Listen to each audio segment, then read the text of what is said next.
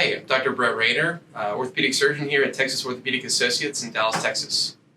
So when we do surgery for rotator cuff tears, we do what's called a rotator cuff repair. And most of these are done through a camera now, where we can go in with a camera or arthroscopically and do these through just tiny little poke hole incisions.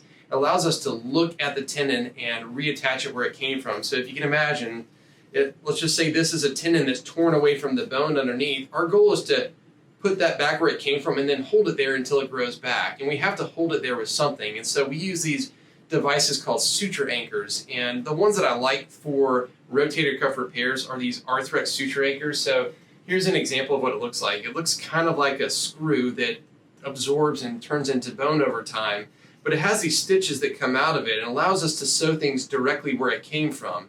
And since the rotator cuff is kind of a big tendon and we want it to heal over a large surface area, we do what's called a transosseous equivalent repair. And all that means is we put the anchors in that have stitches coming off of them kind of on the medial side of the tendon. We bring the stitches up through, and then you can see we have these stitches that have come up through the rotator cuff. Then we can bring them down and dunk them into another anchor right into the hole here, and you can see how it forms this kind of crisscross, mesh over the rotator cuff and holds it down against the bone. It provides that compression, and we roughen up this bone underneath so it has a nice surface to heal to.